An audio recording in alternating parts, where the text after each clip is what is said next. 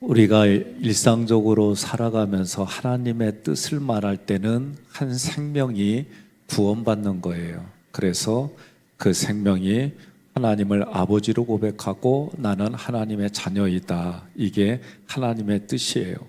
그리스도 예수의 사도된 바울이라고 그랬어요.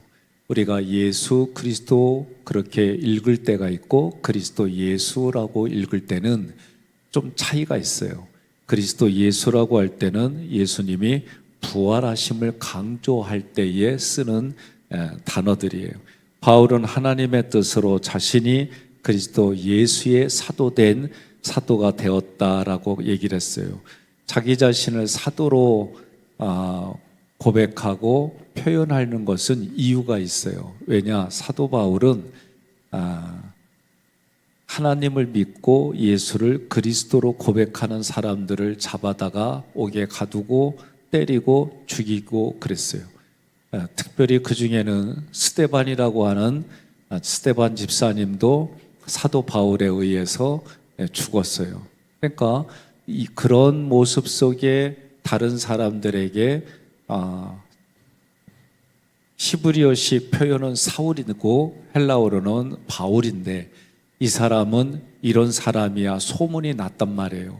그런데 다메섹으로 예수를 그리스도로 믿는 사람들을 잡으러 가는 중에 예수님을 만났어요. 예수님 만나고 보니까 자신이 이게 잘못됐구나. 그래서 해방자였구나. 살인자였구나. 그리고 하나님을 잘 믿는다고 했던 일들이 오히려 하나님께 영광 드리지 못하는 자였구나. 그러니까 서신서들마다 자기는 이런 사람이야 라고 표현을 하는 거예요. 그러니 자기가 자기 뜻이 아니라 하나님의 뜻으로 자기 자신이 그리스도 예수를 통해 사도가 되었다. 그 얘기를 하는 중요한 의미는 첫째는 그리스도 예수를 섬기는 일은 자신에게 특별한 일이다. 그리고 그게 특권이다. 사도가 되었다고 하는 이 사도 아폴로토로스는 하나님께 부름을 받고 세상에 보냄을 받은 자다라는 의식이 있는 거예요. 그래서 갈라디아서 1장 1절 함께 봉독합니다. 사람이 보냈거나 사람을 통해서 사도가 된 것이 아니라 예수 그리스도와 그분을 죽은 사람들 가운데서 다시 살리신 하나님 아버지를 통해서 사도가 된 나 바울과 아멘. 예. 여러분과 저도 이러한 고백이 나의 고백이 되고 우리의 고백이 되어야 됩니다.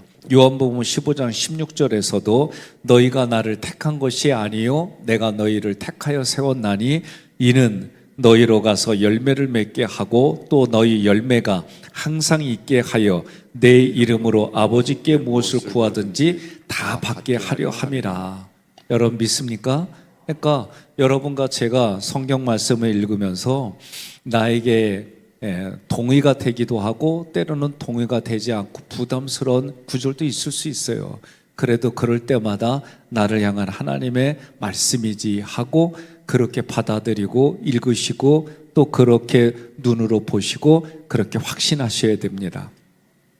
디모데전서 1장 12절에 보니까 하나님이 내게 그런 직분들을 준 건 뭐냐? 하나님이 나와 함께한 이유가 뭐냐? 나를 충성되이 여겨 내게 직분을 맡기심이라. 올해도 이제 집사로부터 권사, 장로 이 직분들에 대한 얘기들이 있어요. 그러면 이 직분은 교회 행정 조직과 여러 사람들을 통해서 우리 눈으로 볼 때는 그렇게 이해가 되어져요.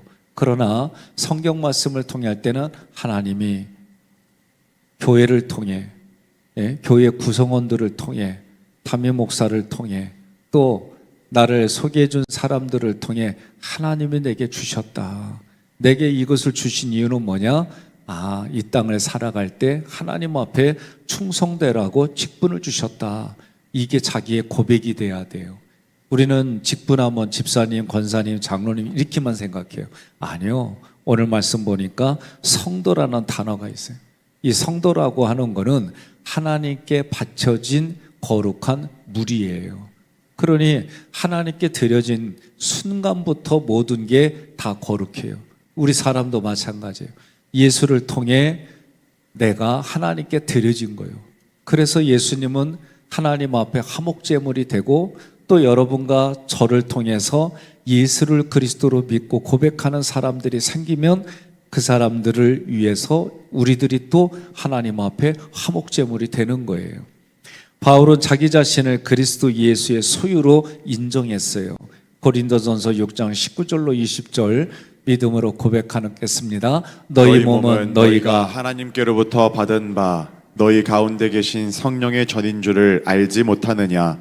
너희는 너희 자신의 것이 아니라 값으로 산 것이 되었으니 그런즉 너희 몸으로 하나님께 영광을 돌리라. 아멘.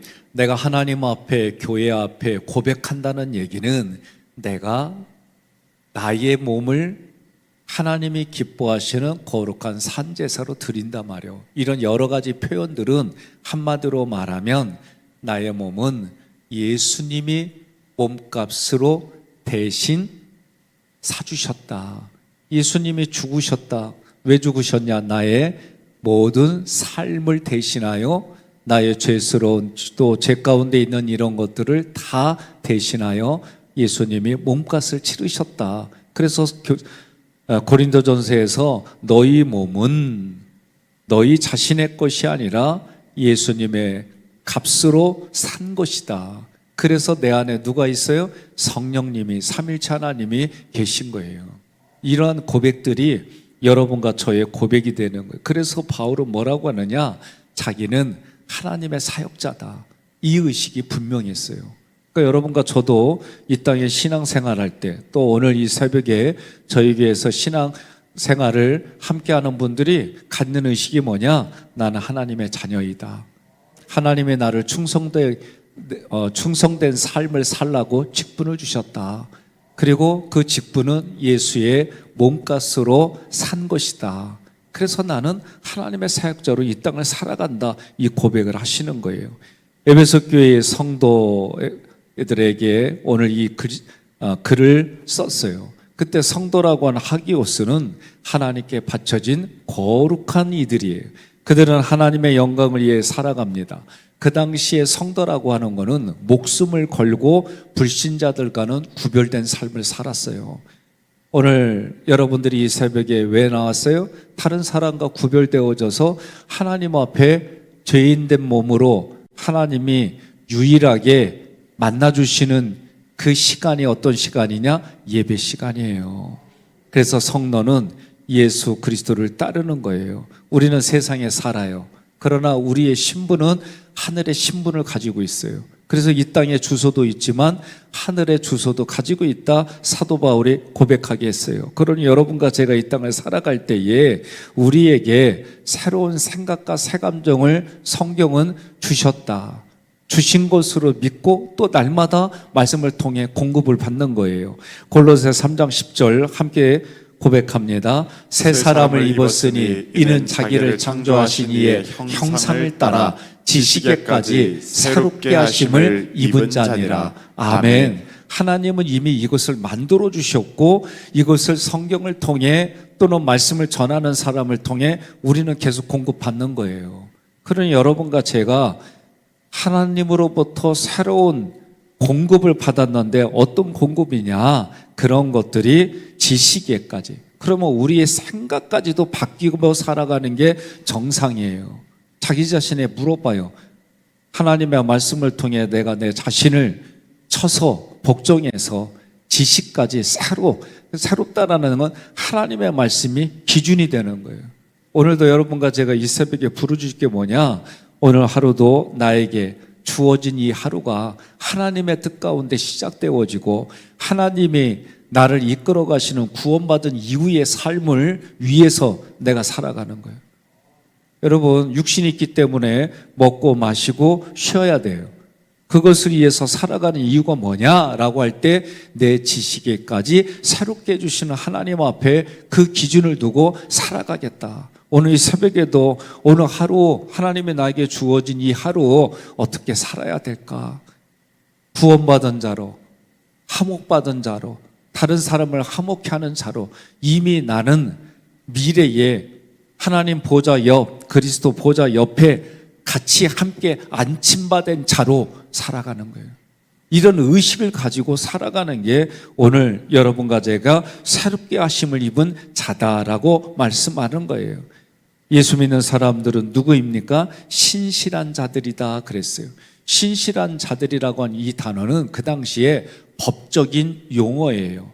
계약을 잘 지키고 변치 않는 사람들을 말해요. 한마디로 충성된 자예요. 자기 자신에게 물어봐요.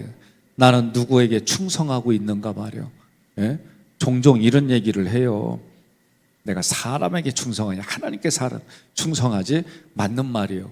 그런데 하나님이 하나님 마음에 든 사람을 세상에 보내줬기 때문에 그 사람에게도 충성하는 거예요. 옆 사람한테 그래요. 아멘 하기 싫어도 아멘이야 그러세요. 우리는 종종 조직을 얘기를 할 때 또 기도한다는 분, 신앙생활 한다는 분, 뭔가 믿음 안에서 한다 그러면 교회 내에서 조직의 질서에 대해서는 그렇게 말할 때가 있어요. 반은 맞고 반은 틀리다. 왜?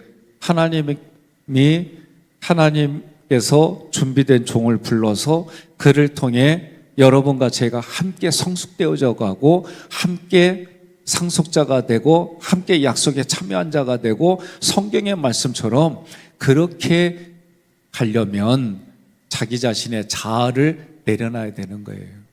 동의하십니까? 예. 요한일서 2장 17절 함께 봉독합니다. 이 세상도 그 전역도 지나가되 오직 하나님의 뜻을 행하는 자는 영원히 거하느니라. 아멘. 하나님의 뜻을 행한다는 거예요. 그러니까 오늘 사도 바울은 중심 주제가 뭐냐? 하나님이 나를 부르셨어요. 부르셔서 자기에게 충성되게 살아가라고 직분을 주셨고 그 직분을 통해서 자기 자신은 나는 하나님께 충성된 자다. 그래서 여러분들에게 그 당시에 살아갈 때에 성도들을 위해서 자기가 그리스도의 종이 되어서 성도들을 섬긴다는 거예요. 자, 그러면 2절에 보니까 2절은 뭐냐? 하나님과 성자 예수님으로부터 받은 선물이 있는데 그게 뭐냐? 은혜와 평강이다. 그러면 은혜와 평강이라고 할 때 은혜는 뭐냐? 쉽게 말하면 하나님이 나를 찾아오신 모든 게 은혜라고 부르는 거예요. 그래서 이 은혜는 성경의 말씀대로 보니까 카리스라는 단어예요. 이거는 누구에게 나 위에 다른 사람들에게 호의를 베푸는 거예요. 그러니까 하나님이 나에게 호의를 어떻게 베풀어 주셨어요? 구원을 주심으로 구원받은 이후의 삶을로 인도해 주심으로 우리에게 호의를 베풀어 주신 거예요. 그런데 한마디로 얘기하라 그러면 하나님이 나를 찾아온 모든 것이 이게 은혜이다라고 얘기를 하는 거예요. 자, 평강은 뭐냐? 히브리어로 샬롬에 해당돼요. 이 평강은 세상이 줄 수 없는 거예요. 그러면 이 평강의 내용은 뭐냐?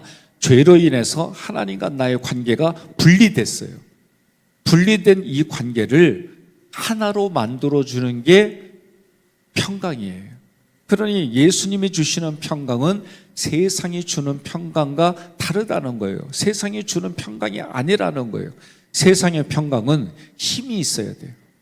어떤 힘이 있어야 되느냐? 무력으로 됐던 어떤 힘이 있어야 돼요. 물리적인 힘이 있어야 평화스러운 관계가 되는 거예요.